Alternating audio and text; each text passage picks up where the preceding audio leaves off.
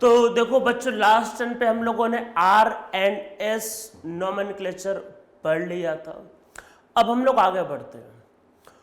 तो अब फिर से वही टॉपिक जो बार बार आ रहा है, फिर से वहीं से स्टार्ट करेंगे, optical isomer.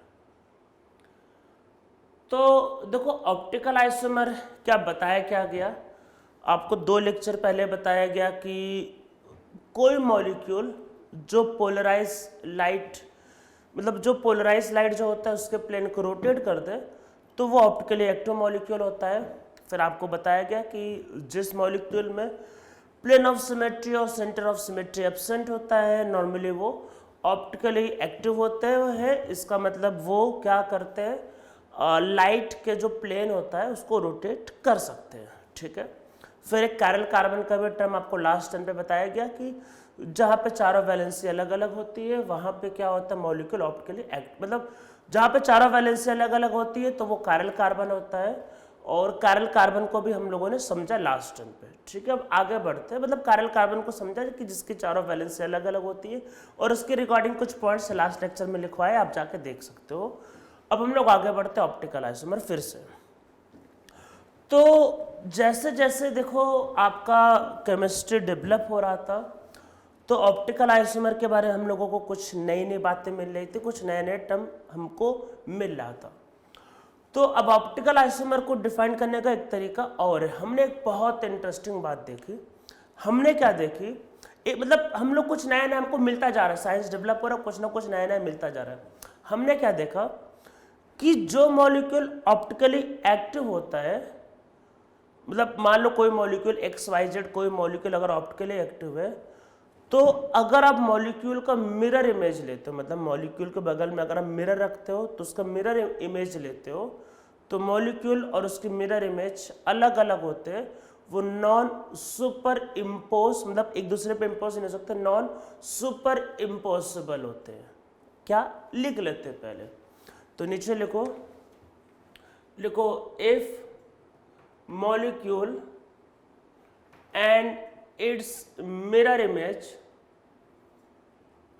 if molecule and its mirror image are non superimposable on each other, so that molecule is always optically active.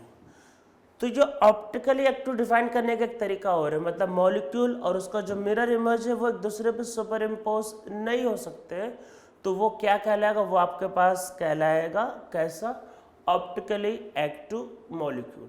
ठीक है। जैसे चलो समझते हैं, कुछ सिंपल से एग्जांपल देखते हैं।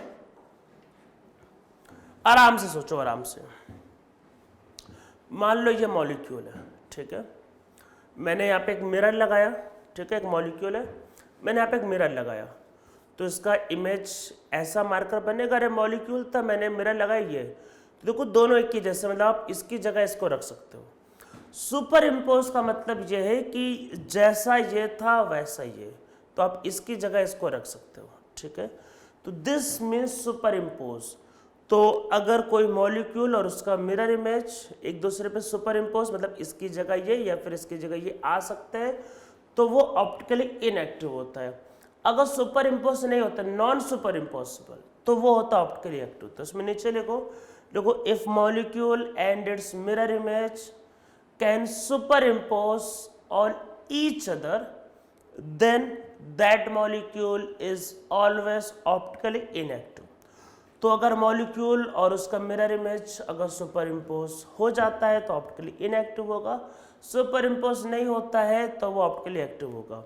जैसे मान लो अगर आपके पास कुछ भी, मान लो आपके पास एक क्रिकेट का बॉल है, ठीक है, IPL का टाइम चला, क्रिकेट का बॉल है, मान लो उसका मिरर इमेज लो, तो दूसरा एक वैसा बॉल बनेगा, तो बॉल की जगह दूसरा बॉल आएगा, वो सुपर इम्पोज, तो वो ऑप्टिकली इनएक्टिव है। तो अब आप बोलोगे सर ऑप्टिकली एक्टिव कैसे होता है, देखो समझते हैं। मेरे पास मान लेते मेरा हाथ, पंजा, ठीक है, तो मान लेते मेरे पास से मेरा 2.5 किलो का हाथ है, इस हैंड का मिरर इमेज, तो ये दूसरा हाथ, ठीक है, और मिरर इमेज तो पता होगा ना, जैसे अगर हाथ को रखोगे तो मिरर इमेज ऐसा बनेगा, ये पता नहीं है। अगर आप जैसे अपने हाथ को रखते हो तो जैसे मान लेते हैं मेरा हैंड है, इसका मिरर इमेज लोगे तो ऐसा बनेगा ना ये।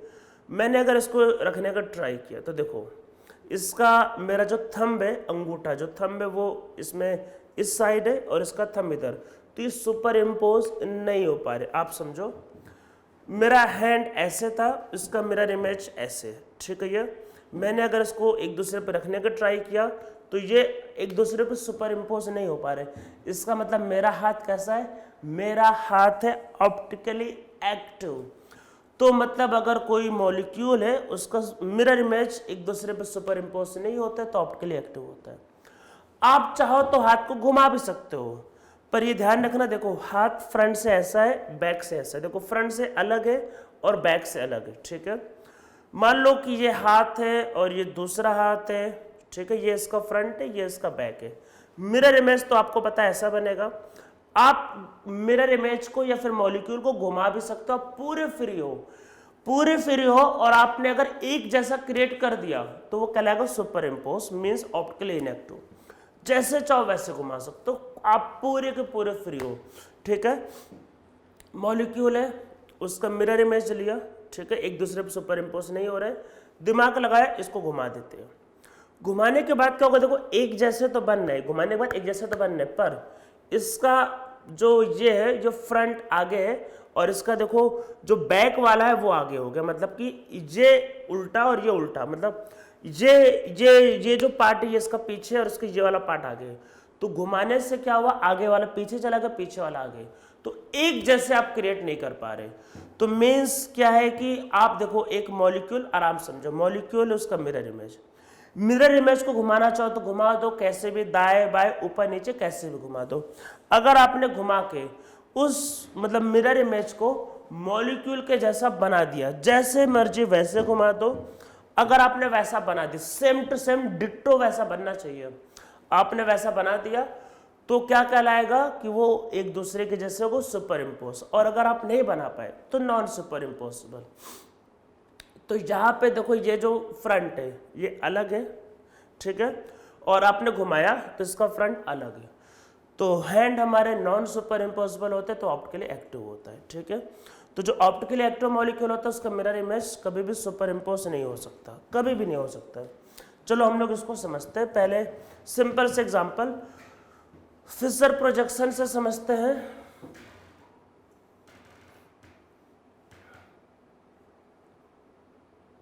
फ्लोरीन, ब्रोमीन, क्लोरीन, आयोडीन, ठीक है। इसका मिरर इमेज, अरे मिरर लिया, मिरर इमेज तो पता होगा क्या बनेगा, ब्रोमीन आगे हो जाएगा, फ्लोरीन, क्लोरीन, आयोडीन, ये एक दूसरे पे कभी भी सुपर इम्पोज नहीं होंगे। इधर ब्रोमीन है, उधर आपके पास क्लोरीन है, उठा के रखोगे उल्टा हो जाएगा, ठीक है। और अगर आप इसको मान लो घुमाने का सोचोगे तो क्या होगा, मान लो आपने इसको अगर घुमाने का सोचा तो घुमाने का सोचने पे भी क्या होगा कि आपका ये चीज़ें मतलब बदल जाएंगी, ठीक है। अब देखो है क्या, आप इसमें ध्यान से समझो। ये अगर ऑप्टिकली एक्टिव जैसा है तो अगर ये आर है तो वो एस निकलेगा, ये अगर एस है तो वो आर। तो जो ऑप्टिकली एक्टिव जो होते हैं उसमें मॉलिक्यूल और उसका जो मिरर इमेज होता है वो हमेशा रिवर्स होता है। जैसे समझते हैं, ये 1, ये 2, ये 3, ये 4, तो 1 से 2 होते हुए 3, ठीक है, 1 से 2 होते हुए 3, तो ये आपके पास आ रहा है एस, तो ये कन्फर्म आपके पास आ रहेगा। तो मॉलिक्यूल और उसके मिरर इमेज हमेशा एक दूसरे के इनवर्स ऑप्टिकल प्रॉपर्टी रखते हैं। ये अगर आर है तो वो हमेशा एस होगा, और मॉलिक्यूल और उसका मिरर इमेज क्या होता है, नॉन सुपर इम्पोसिबल, ठीक है। तो इसमें एक लिखते हैं, पहले लिखो, in case of optically active isomer molecule and mirror image are different, in this optical property of molecule and its mirror image are always opposite, हमेशा अपोजिट होगा। ये अगर एस है तो वो आर होगा, ये अगर आर है तो वो एस होगा। ठीक है, एक बात को ध्यान रखना, ये 3D में होता है, सब कुछ 3D में। आप आराम से 3D में इमेजिन करना। जैसे मान लो कि मैं आपको इमेजिन कराने की कोशिश करता हूँ, आप आराम से देखना, और वो कभी भी सेम नहीं बनेगा। एक बार इसको आराम से इमेजिन कर लो, मॉलिक्यूल और उसका मिरर इमेज कभी भी सेम नहीं बनेगा। तो मान लेते कार्बन, आराम समझते कार्बन, आराम से देखो मुझे कार्बन, इधर मान लो, इसको मत देखो भाई, इससे मुझको देखो। मान लो कार्बन 3D में इमेजिन कर रही है, क्योंकि प्रोजेक्शन ये 2D में, एक बार 3D में इमेजिन कर लेते हैं। ठीक है, मान लो कार्बन, इधर मान लो फ्लोरीन है। ठीक है, इधर ऊपर फ्लोरीन, आगे के तरफ मान लो है क्लोरीन, इधर है ब्रोमीन, इधर है आयोडीन। आराम से फ्लोरीन, क्लोरीन, ब्रोमीन और आयोडीन। ठीक है, मिरर इमेज लेते हैं। ठीक है, मिरर इमेज, तो जब मिरर इमेज लोगे तो इधर आयोडीन था तो आयोडीन इसका इधर आएगा।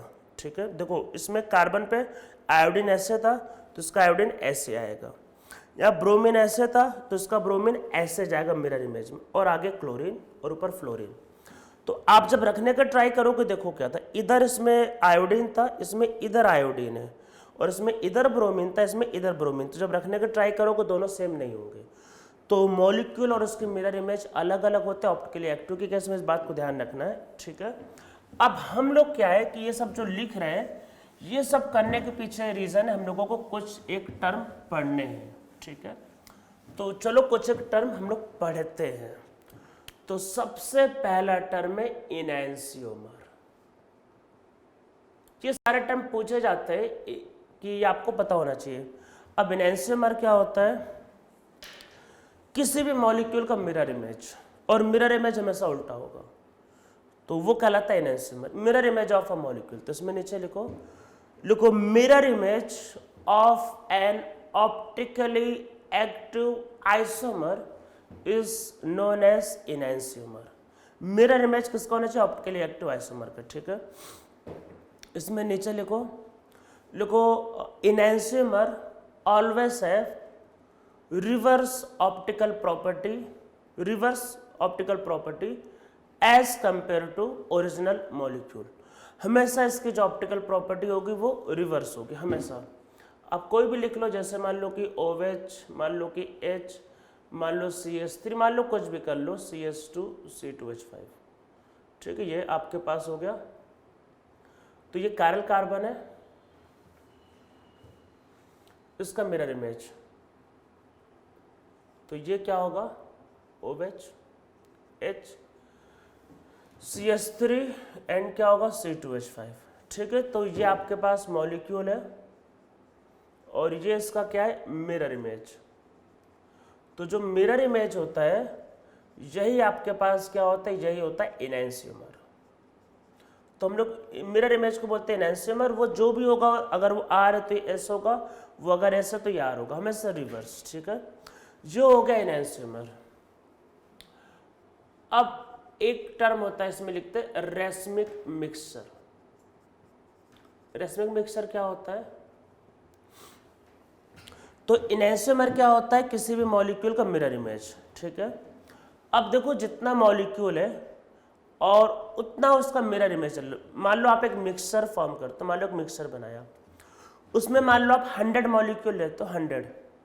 पहले इसमें आर एंड एस निकाल के चलो चेक कर लेते। ये है 1, देखो ये 1, ये 2, ये 3। तो 1 से 2 होते हुए 3 की तरफ जाओगे तो एक क्लॉकवाइज बनना है, पर H आपका हॉरिजॉन्टल लाइन में है तो इसलिए S है। ठीक है, ध्यान रखना है, क्लॉकवाइज बन रहा है तो R होना चाहिए था, पर आपका वो हॉरिजॉन्टल लाइन में तो ये S है, तो आपके पास ये होगा R। ठीक है, वो S तो ये आपके पास R होगा। ठीक है, ये S ये R। अब इसमें देखो समझते हैं कि आपका जो मॉलिक्यूल होता है वो S घुमा रहा है, ये आपका R घुमा रहा है। हम लोग एक मिक्सचर फॉर्म करते हैं जहां मान लेते हैं आपके पास 50 मान लेते ये वाले मॉलिक्यूल है, 50 मान लेते आपके पास ये मॉलिक्यूल है। अब देखो होगा कि आप आराम से समझो कि मतलब जो होता क्या है, मतलब पहले स्टार्ट से आते हैं। लाइट को हमने एक सोल्यूशन से पास किया, अगर लाइट रोटेट हो गया, राइट लेफ्ट जो भी रोटेट हो गया, तो मतलब कि वो सॉल्यूशन कैसा था, वो सॉल्यूशन था ऑप्टिकली एक्टिव। ठीक है, अब हम लोग सोल्यूशन में क्या कर रहे हैं कि दो मॉलिक्यूल का मिक्सचर ले रहे हैं। किसका किसका मिक्सचर ले रहे हैं? मॉलिक्यूल का और उसके मिरर इमेज का, मतलब कि इनैंसियोमर का। 50% हमने मान लेते ये लिया, 50% हमने मान लेते ये लिया। ये 50% जो होगा ये मतलब एस का मतलब एंटी क्लॉकवाइज, मतलब वो 50% एंटी क्लॉकवाइज लाइट को घुमा रहा है, जो 50% लाइट को क्लॉकवाइज घुमा रहा है। मान लो लाइट मतलब कि जैसे मान लो लाइट है, जैसे मान लो मेरा हाथ, तो 50% आधे इधर खींच रहे, 50% आधे इसको इधर खींच रहे, तो बीच में मैं कहीं नहीं जा पाऊंगा। तो आधा इधर खींच रहा, आधा इधर खींच रहा, बीच में लाइट का जो प्लेन होगा, आधा इधर खींच रहा, आधा इधर, बीच में लाइट का प्लेन वही रहेगा, बोलेगा मैं कहीं नहीं जाऊंगा, और वो सीधा निकल जाएगा। तो क्या होता है, क्या रेसमिक मिक्सर में 50% मॉलिक्यूल होता है, 50% उसका मिरर इमेज होता है। तो इसलिए इस केस में जब लाइट को रेसमिक मिक्सर से पास करते हैं तो लाइट कहीं रोटेट ही नहीं होती। तो रेसमिक मिक्सर क्या है, लिखते हैं, लिखो, racemic mixer is mixer of molecule and its mirror image, that is enantiomer. In this 50% original molecule is taken and 50% enantiomer are also taken, दोनों 50-50%। तो इसमें नेक्स्ट लाइन से लिखो, लिखो, so overall optical property of racemic mixer is optically inactive, that is racemic mixer is optically inactive mixer। तो वो optically inactive mixer होता है। तो इसमें नेक्स्ट लाइन से लिखो, लिखो, so when light passes through racemic mixer plane of polarise light does not changes. ठीक है, उसका जो प्लेन होगा वो चेंज नहीं होता। तो रेसमिक मिक्सर क्या होता है समझ में आया? अगर आप 50% मॉलिक्यूल लेते हो और 50% उसका मिरर इमेज लेते हो तो जो मिक्सर बनता है वो कहलाता है रेसमिक मिक्सर। ठीक है, ये सारे वर्ड आपको रिएक्शन के टाइम पे काफी ज्यादा यूज होंगे। अब इसमें एक इंटरेस्टिंग वर्ड लिखते हैं, दैट इज डाइस्टेरियोमर। तो डाइस्टेरियोमर क्या होता है? देखो, कभी कदार, देखो ये जो पहली बात तो वर्ड, ये ऑप्टिकल एक्टिविटी के लिए हमेशा अप्लाई हो जरूरी नहीं, ये स्टीरियो आइसोमर के लिए भी अप्लाई हो सकता है। जैसे सिस और ट्रांस एक दूसरे के मिरर इमेज नहीं होते तो वैसे वो डाइस्टेरियोमर कहलाएंगे। तो होता क्या है, दो स्टीरियो आइसोमर है, स्टीरियो आइसोमर है, पर वो एक दूसरे के मिरर इमेज नहीं है, तो वो कहलाता है डाइस्टेरियोमर। तो नीचे लिखो, लिखो, टू स्टीरियो आइसोमर, ब्रैकेट में लिख लो, बोथ ऑप्टिकल एंड ज्योमेट्रिकल। ठीक है, दोनों के लिए रूल वैलिड है। टू स्टीरियो आइसोमर, ब्रैकेट में वही ऑप्टिकल एंड ज्योमेट्रिकल, ब्रैकेट बंद कर दो, are not mirror image of each other, they known as diastereomer of each other. तो वो क्या कहलाता है, ये कहेगा they known as diastereomer of each other. ठीक है, देखो पहले एक सिंपल सा केस समझते हैं, क्योंकि लोग ये सब बताते ही नहीं है।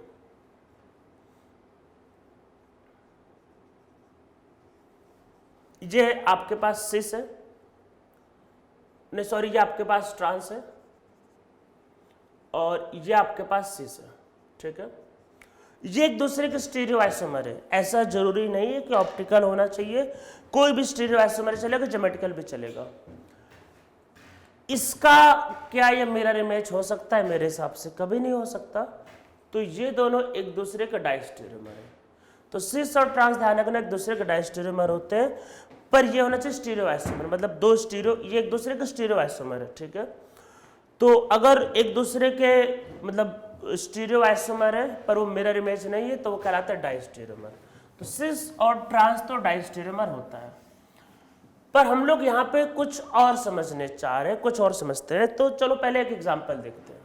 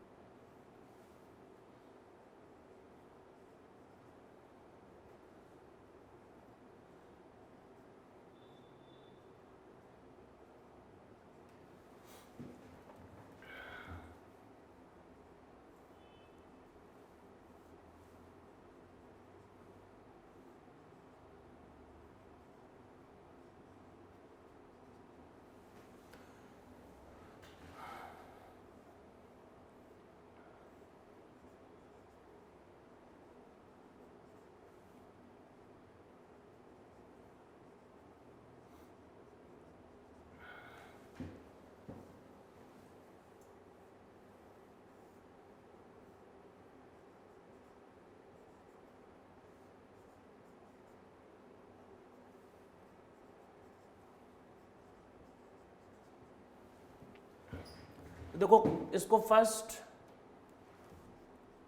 इसको सेकंड, इसको थर्ड, इसको करते हैं नंबरिंग में 4, ठीक है। तो टोटल यही 4 हो सकते थे, दोनों सेम सेट, दोनों अपोजिट, ये मतलब मैंने 4 टाइप के इसके स्टीरियो आइसोमर बनाए। अरे चारों स्टीरियो आइसोमर है, ठीक है। तो देखो पहले का दूसरा मिरर इमेज है, ध्यान से देखो। तो पहला और दूसरा एक दूसरे के मिरर इमेज है। देखो अगर मिरर रखोगे तो इसका अपोजिट बनेगा। तो स्टीरियो आइसोमर यही 4 बन सकते हैं, और अगर एक दूसरे के मिरर इमेज है तो ये कहलाता है इनैंसियोमर।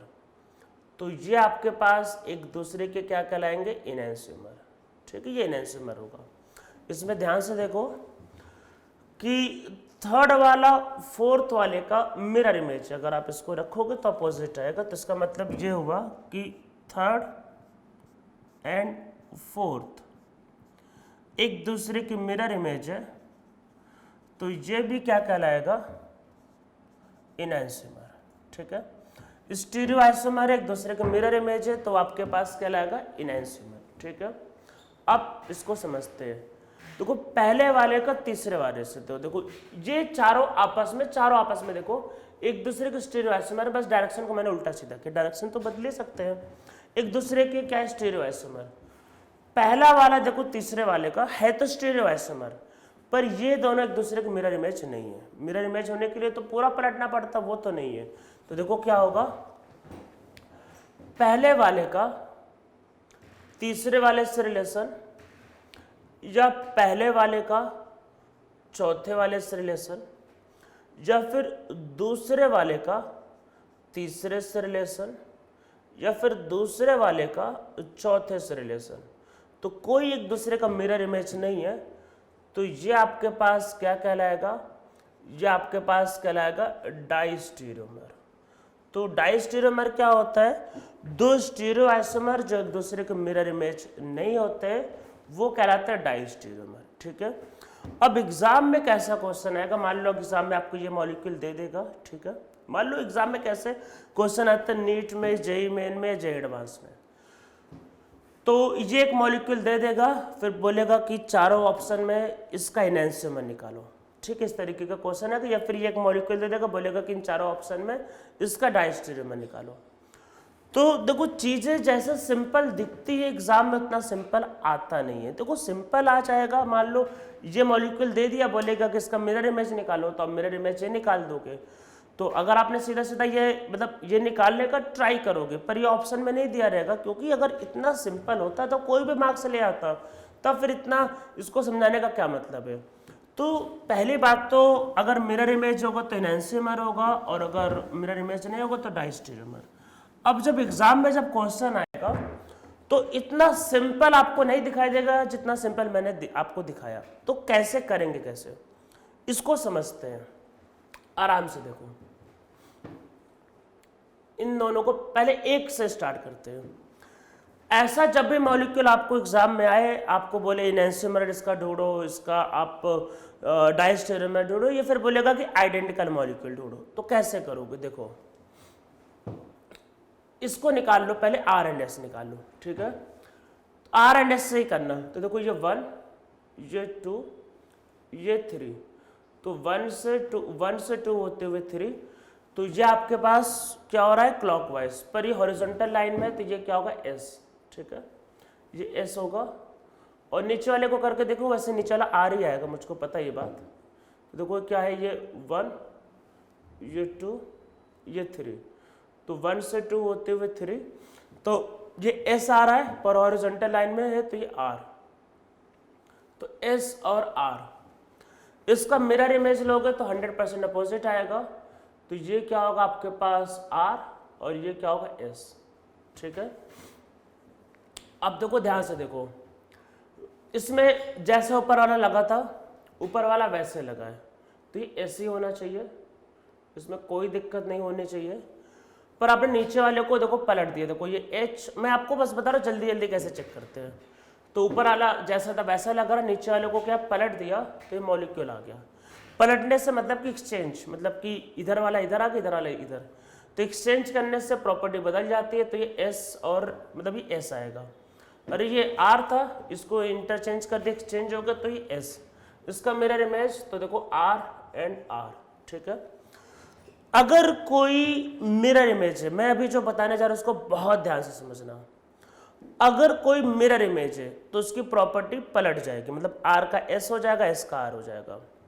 और अगर मिरर इमेज नहीं है तो उसकी प्रॉपर्टी रिवर्स नहीं होगी, फिर कुछ भी रैंडम होगी। तो जैसे समझते हैं, मान लो अगर आपके पास ही जैसे एस आर है, ठीक है, जैसे एस आर है, ठीक है, तो ये क्या निकला, देखो इसका जो मिरर इमेज है क्या निकला, आर एस।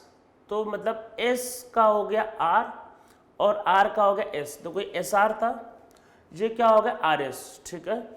तो ये हो गया एस आर का क्या हो गया आर एस। तो ये है आपका इनैंसोमर। इनैंसोमर पहचानने का तरीका, आपको जैसे एग्जाम में मान लो ये मॉलिक्यूल दिया है, मान लो एग्जाम में आपके पास ये मॉलिक्यूल दिया, बोले कि इसका मिरर इमेज ढूंढो, तो अगर ये मॉलिक्यूल एस आर है तो इसका मिरर इमेज होगा आर एस।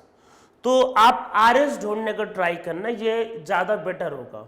अगर आप देखने का सोचोगे कि देख के हो जाए तो ऐसा नहीं होगा, ठीक है। जैसे मान लो ये मॉलिक्यूल, ये आपके पास क्या है एस एस, ठीक है, तो इसका मिरर इमेज क्या होगा आर आर। तो ये दोनों एक दूसरे के इनैंसोमर है, मतलब कि एस एस का आर आर मिरर इमेज होगा या फिर आर आर का एस एस क्या होगा मिरर इमेज, ठीक है। पर अगर ऐसा नहीं है, मान लो कुछ और हो गया, जैसे कि एस आर का आर आर, तो एक तो सेम रहा पर एक मिरर इमेज, मतलब कि डाइस्टेरियोमर में देखो, इनैंसोमर में क्या होगा मिरर इमेज, चीजें बदल जाएंगी। तो जैसे एस आर का आर आर हो गया, एक तो सेम रहा पर एक बदल गया, तो मिरर इमेज भी नहीं रहा, और मतलब एक तो उल्टा हो गया पर एक नहीं हुआ। या जैसे मान लो कि एस एस, तो ये जो चीजें होंगी जैसे एस आर का आर आर या एस एस, तो ये आपका होगा डाइस्टेरियोमर। तो डाइस्टेरियोमर में क्या होगा कि वो मिरर इमेज भी नहीं होता और सेम भी नहीं होता। तो देखो एक तो सेम रहा पर एक पलट गया, या फिर देखो एक तो सेम रहा पर एक पलट गया, तो वो होता है डाइस्टेरियोमर। जैसे मान लो कुछ भी, मान लो आपके पास आर एस था, तो उसका फिर एस एस या उसका फिर आर आर, तो ये आपके पास क्या होगा, ये आपके पास होगा डाइस्टेरियोमर। हाँ, और ये कभी कदर आइडेंटिकल भी आता है। जैसे मान लो कि अगर आपके पास कोई आर एस है और अगला वाला भी अगर आर एस है, तो इसका मतलब ये मॉलिक्यूल आइडेंटिकल है। मतलब आप समझो, देखो तीन चीजें हो सकती है, जैसा मॉलिक्यूल है वैसा ही सामने वाला है, तो बोलेंगे आइडेंटिकल। अगर पलट गया नेचर, एस आर का आर एस, एस एस का आर आर, तो इनैंसोमर। और अगर ना पलट रहा है ना सेम है, कुछ और हुआ, एस आर का आर आर हो गया या एस एस हो गया, तो ये आपके पास क्या कहलाएगा, ये आपके पास कहलाएगा डाइस्टेरियोमर, ठीक है। तो ये आपके पास तीन टर्म होते हैं, डाइस्टेरियोमर, इनैंसियोमर और आइडेंटिकल।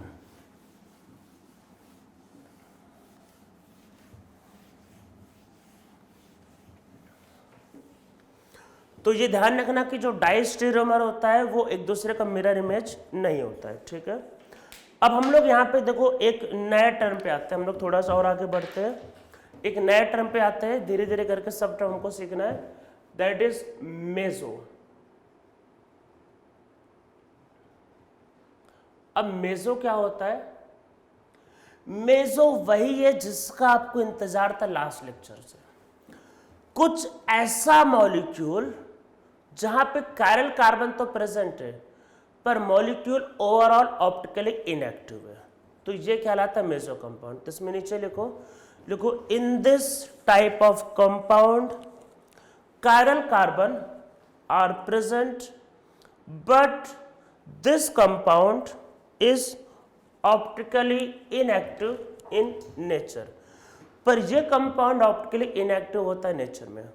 अब क्वेश्चन आता है कि ऑप्टिकली इनएक्टिव कैसे होता है, तो ऐसे मॉलिक्यूल में क्या होता है, नॉर्मली कायरल कार्बन तो होता है पर यहां पे प्लेन ऑफ सिमेट्री, जिस centre of symmetry by chance आ जाती है, जिसकी वजह से मॉलिक्यूल आपका ऑप्टिकली इनएक्टिव हो जाता है। तो इसमें नीचे लिखो, लिखो in this type of molecule, in this type of molecule plane of symmetry or center of symmetry are present, so this molecule becomes optically inactive। तो इसकी वजह से ये मॉलिक्यूल कैसा हो जाता है, ये मॉलिक्यूल हो जाता है ऑप्टिकली इनएक्टिव, ठीक है। इसको हम लोग देखो समझते कि आपके पास इसमें होता क्या है। जैसे मान लो OH H CH3 H OH CH3, ठीक है। तो इस बार देखो दोनों एक ही जैसे दिख रहे, तो देखो आप देखोगे तो ये भी कायरल है, ध्यान से देखोगे तो ये भी कायरल है, और इसको देखोगे ये भी कायरल है, पर ये मॉलिक्यूल देखो बीच से देखो पूरा सिमेट्रिकल दिख रहा है, तो यहाँ पे प्लेन ऑफ सिमेट्री प्रेजेंट है। हाँ, थोड़ी देर पहले मैंने जो केस किया था वहाँ पे ऊपर CH3 था, नीचे मैंने लिखवाया था C2H5, अलग अलग लिए थे, यहाँ पे मैंने सेम लिया। तो ये मॉलिक्यूल में क्या प्लेन ऑफ सिमेट्री प्रेजेंट है, तो इसलिए ये कैसा होगा, ये आपके पास है ऑप्टिकली इनएक्टिव, कायरल कार्बन होने के बावजूद भी ये ऑप्टिकली इनएक्टिव है। अब इसमें एक चीज आप करके देखना, इसमें अगर ये R होगा तो ये S निकलेगा, ये अगर S होगा तो वो R में करके देख लो, तो ये 1 2 3 तो ये R आ रहा है, H हॉरिजॉन्टल लाइन में, तो S, तो ये S और ये R। देखो ऐसा क्यों होता है, पहली बात तो मॉलिक्यूल सिमेट्रिकल है, तो इसमें ये वाला कार्बन जो होगा ये लाइट को घुमाएगा आपका एंटी क्लॉकवाइज, मतलब देखो प्लेन ऑफ पोलराइज लाइट को ये घुमाएगा एंटी क्लॉकवाइज, ये घुमाएगा क्लॉकवाइज नीचे वाला, तो नेट में लाइट कहीं नहीं घूमेगा, तो इसलिए ये मॉलिक्यूल होता है ऑप्टिकली इनएक्टिव। तो इसमें नीचे लिखो in case of meso compound both carbon have reverse optical property, so net rotation on light is 0, ठीक है। both carbon have reverse optical property, so net rotation on light is 0, तो यहाँ पे net rotation जो होता है light पे वो 0 होता है। अब देखो थोड़ी देर पहले मैंने बताया था रेसमिक, देखो रेसमिक मिक्सर और इसमें क्या डिफरेंस पहले आराम समझ लो। रेसमिक मिक्सर में ये R और ये S, तो दो अलग अलग मॉलिक्यूल, तो दोनों को 50-50% लिया।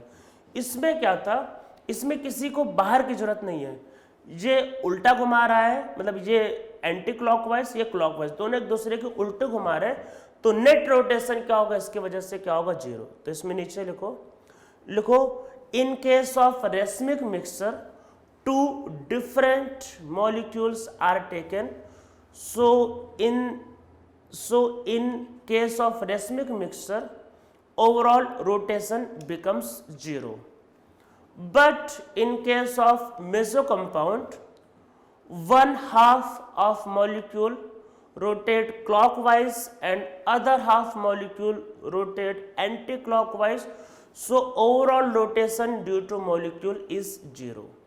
तो ये इंटरनल कंपेंसेशन होता है और वहां पे एक्सटर्नल, वहां पे दो अलग अलग मॉलिक्यूल मिलके ओवरऑल एंगल को 0 करते हैं, यहाँ पे एक ही मॉलिक्यूल क्या होता है एंगल को 0 कर देता है, तो यहाँ पे इंटरनली सब एडजस्ट हो जाता है, ये इंटरनल वो एक्सटर्नल, ठीक है।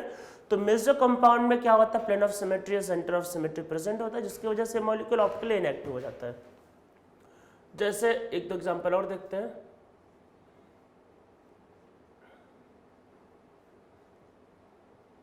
अगर आप देखोगे तो दोनों कायरल है, पर यहाँ पे प्लेन ऑफ सिमेट्री प्रेजेंट है, तो इसलिए ये क्या है, ये आपके पास है मेसो, जो कि ये ऑप्टिकली इनएक्टिव है। तो कायरल कार्बन होने के बावजूद भी यहाँ पे आपके पास क्या है, प्लेन ऑफ सिमेट्री प्रेजेंट है, तो इसलिए ये आपके पास कैसे, ये आपके पास है ऑप्टिकली इनएक्टिव मॉलिक्यूल, ठीक है। तो आप लोगों को समझ में आ गई, ये आपके पास है ऑप्टिकली इनएक्टिव मॉलिक्यूल। अब हम लोगों ने देखो 4 टर्म को समझ लिया, क्या क्या समझ लिया हम लोगों ने, समझ लिया आपका इनैंसियोमर, मेसो, रेसमिक एंड डायस्टेरियोमर, ठीक है। अब हम लोग आगे बढ़ते हैं।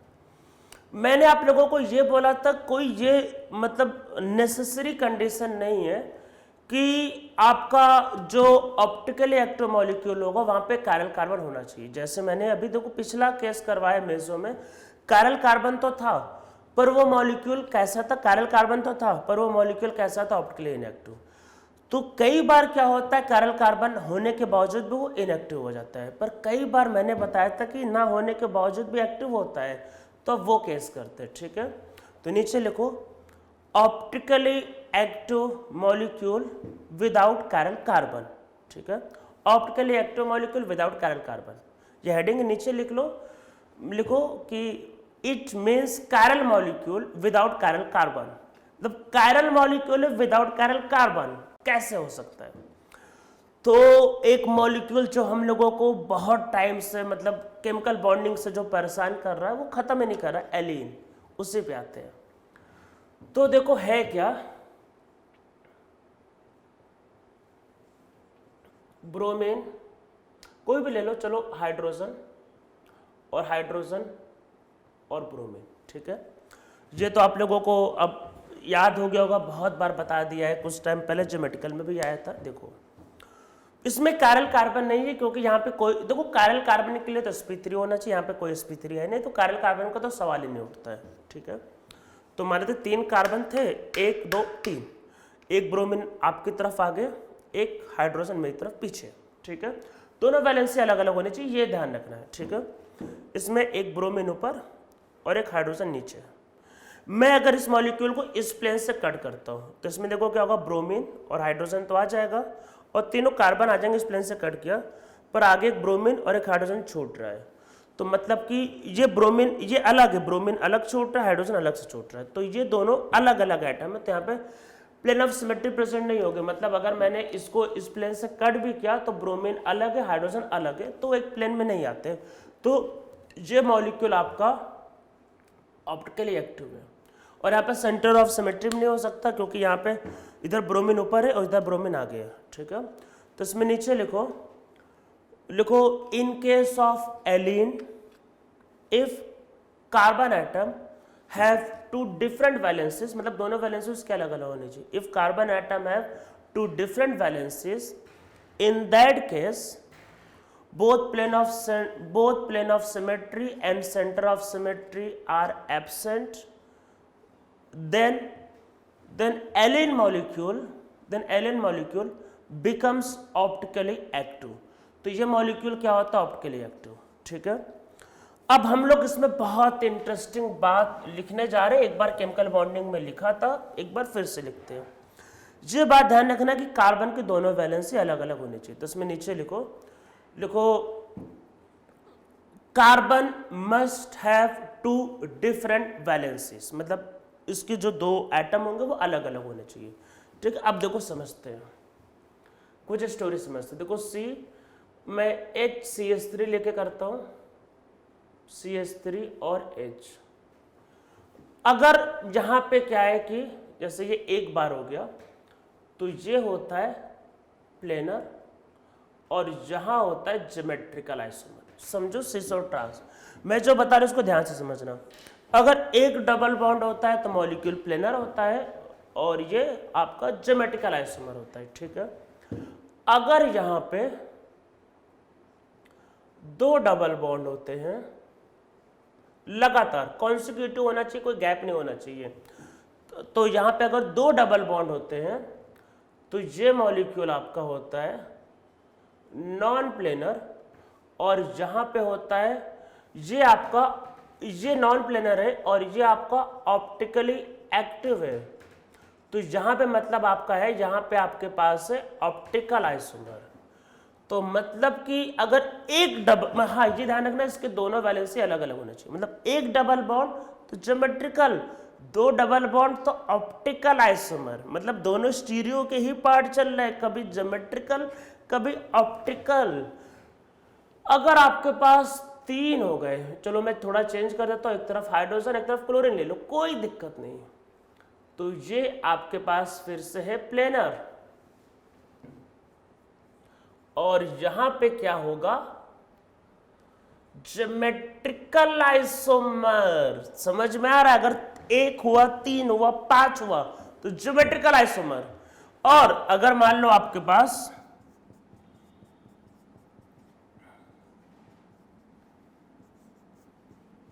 कुछ ऐसा हुआ तो ये आपके पास क्या है, ये है नॉन प्लेनर और ये आपके पास है, ये है ऑप्टिकल। ऑप्टिकल इनएक्टिव नहीं लिखा, वो लिखा ऑप्टिकल आइसोमर। तो ये आपके पास है ऑप्टिकल आइसोमर, मतलब कि odd number consecutive double bond means geometrical isomer, even number consecutive double bond means optical isomer. Condition है कार्बन की दोनों वैलेंसी अलग अलग होनी चाहिए, ठीक है। समझ में आ रहा? लिखना चाहो लिख लो। तो odd number consecutive double bond means molecule is planar, means वहां पे क्या प्रेजेंट है आपका ज्योमेट्रिकल आइसोमर। और अगर even number consecutive double bond होते हैं तो वहां पे क्या प्रेजेंट है, वहां पे आपके पास प्रेजेंट है ऑप्टिकल आइसोमर। ठीक है, सबको समझ में आ रहा है इसमें? एक तो चलो ये केस हो गया, ठीक है।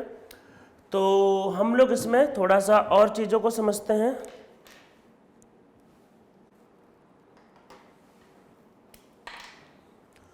तो जैसे मैंने देखो एलिन का केस बताया कि एलिन के केस में अगर वही दो लगातार डबल बॉन्ड होते हैं तो मॉलिक्यूल कैसा हो जाता है, ऑप्टिकली एक्टिव। और ज्योमेट्रिकल आइसोमर को फिर से याद करो, वहां पे स्पायरो का केस कुछ बताया था, एलिन और स्पायरो भाई भाई मतलब दोनों एक ही जैसे हैं। तो जैसे एलिन का केस बताया वैसे स्पायरो भी समझ लो। ये बात को ध्यान रखना कि वैलेंसी अलग अलग होनी चाहिए तभी सारे रूल वैलिड है। तो हम लोगों ने क्या किया, देखो पहले एक केस समझ लो, पहले एक सिंपल सा केस समझ लो। देखो पहले कुछ बातें समझ लो। देखो यहां पे मान लो ब्रोमीन और यहां पे हाइड्रोजन, यहां पे H, यहां पे मान लो ब्रोमीन। तो ये ध्यान रखना कि यहाँ पे कायरल कार्बन नहीं है। देखो अगर आप देखा जाए तो ये और ये सिमेट्रिकल है, कायरल कार्बन नहीं है। यहाँ पे ऑप्टिकल आइसोमर नहीं हो सकता, यहाँ पे ज्योमेट्रिकल आइसोमर होगा, इस बात को ध्यान रखना। यहाँ पे ऑप्टिकल आइसोमर नहीं, यहाँ पे ज्योमेट्रिकल आइसोमर है, ठीक है। इस बात को ध्यान रखना, यहाँ पे ऑप्टिकल आइसोमर नहीं होता है। अब जैसे मान लो कि ये आपके पास केस है, यहाँ पे HBr और यहाँ पे भाई HBr। तो मैंने आप लोगों को जैसा पहले एक बार करके भी दिखाया था, आप लोगों को अगर याद हो कि हम लोगों ने एक बार ऐसा पहले किया भी था, ये कि ये जो दो रिंग होते हैं ये ऐसे होते हैं, एक ऐसा तो एक ऐसा, ठीक है। तो ये रिंग ऐसे होते हैं, तो ध्यान रखना ये मॉलिक्यूल नॉन प्लेनर है। तो आप लिखना चाहो तो लिख लो, ये ऑलरेडी बताया हुआ ये नॉन प्लेनर है। स्पायरो को डबल बॉन्ड के जैसे समझना है, तो ये नॉन प्लेनर है, तो इसका लेकिन दोनों वैलेंसी अलग अलग होना चाहिए। तो ये ऑप्टिकली एक्टिव है, तो ये ऑप्टिकली एक्टिव मॉलिक्यूल है, या फिर यहाँ पे ऑप्टिकल आइसोमर है, ठीक है। तो अगर even number of consecutive ring होते हैं या फिर स्पायरो मॉलिक्यूल होते हैं तो वो भी ऑप्टिकली एक्टिव होता है। तो लिखना चाहिए, लिख लो कि in case of even number of consecutive ring that is spiro molecule is optically active. तो अब ऐसा नहीं कि स्पायरो के लिए आप इनका मिक्स केस भी ले सकते हो, जैसा मैंने ज्योमेट्रिकल में बताया था। ऑड नंबर में ज्योमेट्रिकल होगा, इवन नंबर में ऑप्टिकल होगा। जैसे समझते हैं,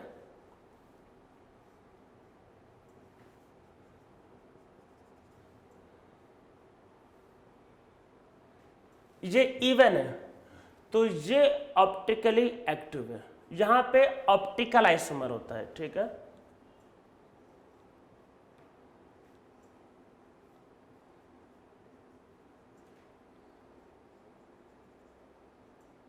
ये ऑड नंबर है, कैसा ऑड, 1, ये 1 समझना था, ये 2, ये 3, जैसे लास्ट वाला सिस्टम मैंने एक बार पहले भी कराया था वैसे।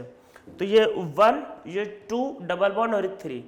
तो यहाँ पे ज्योमेट्रिकल आइसोमर होगा, ज्योमेट्रिकल आइसोमर मतलब कि अगर consecutive double bond, consecutive cyclic chain या उनका मिक्स भी कुछ भी होता है, अगर वो ऑड नंबर में है तो वहाँ ज्योमेट्रिकल आइसोमर में होगा, और अगर वो इवन नंबर में है तो वहाँ पे ऑप्टिकल आइसोमर होगा, ठीक है।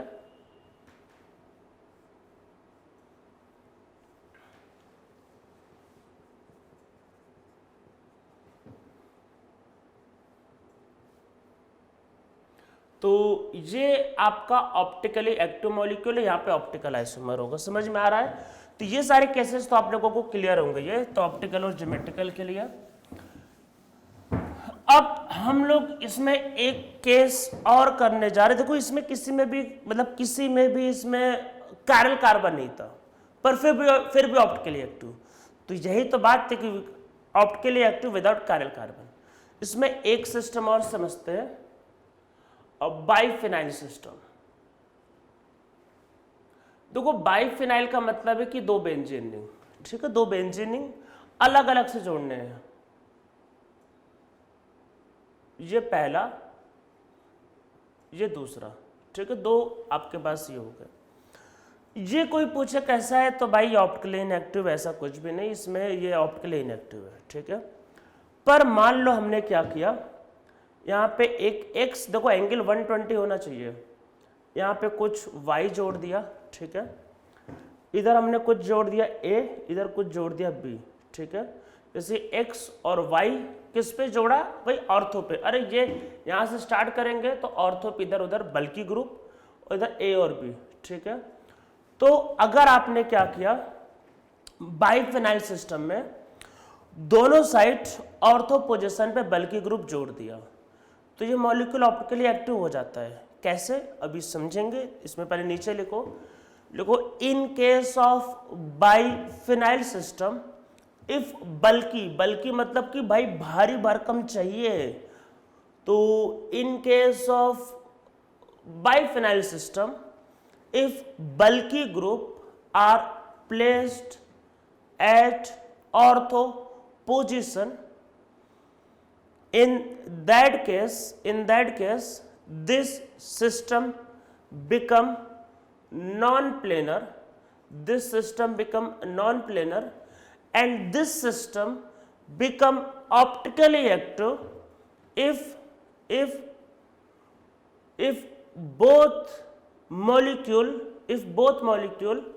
present on one phenyl ring are different.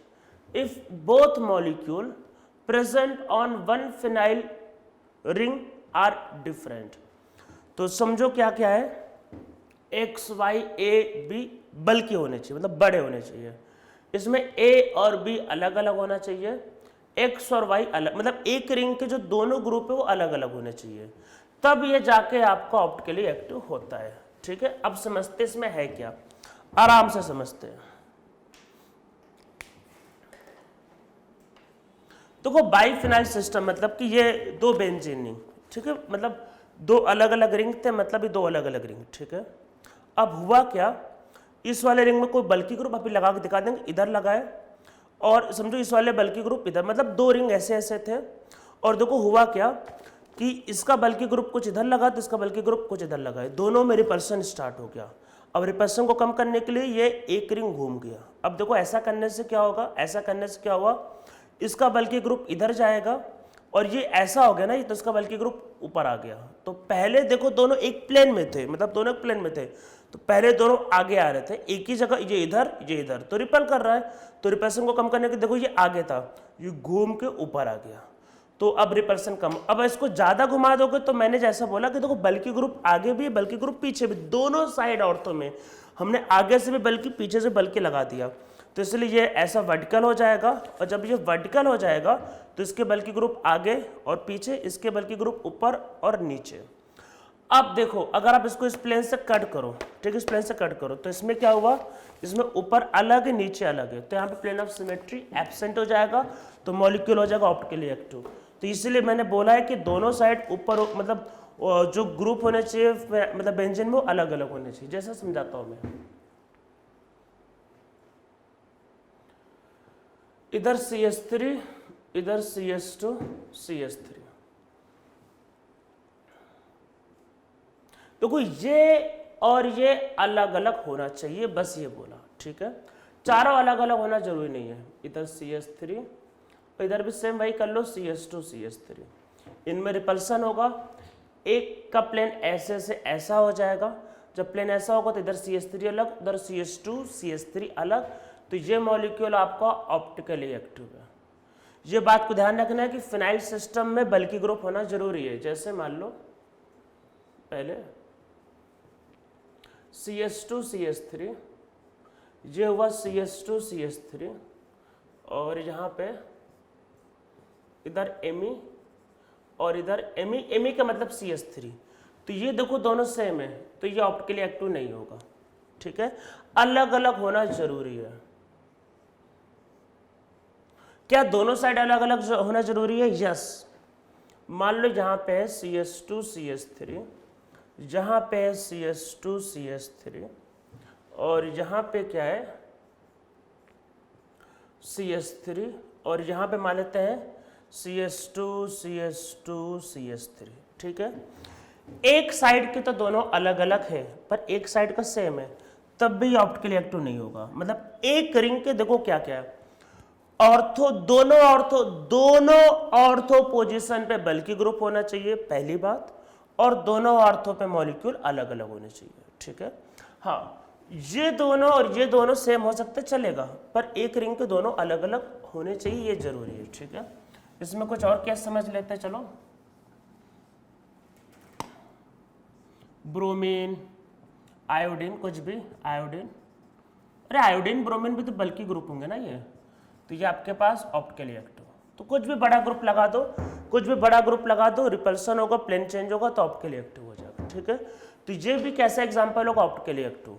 तो ये ध्यान रखना है कि दोनों अलग अलग होना जरूरी है। तो ये हम लोगों ने केसेस किए। यहाँ पे देखो बेंजीनिंग में सबके सब sp2 होते हैं, तो यहाँ पे sp2 होने के बाद भी क्या ऑप्टिकली एक्टिव। तो हम लोगों ने केस किया optically active molecule without chiral carbon, इसमें कोई भी कायरल कार्बन नहीं है।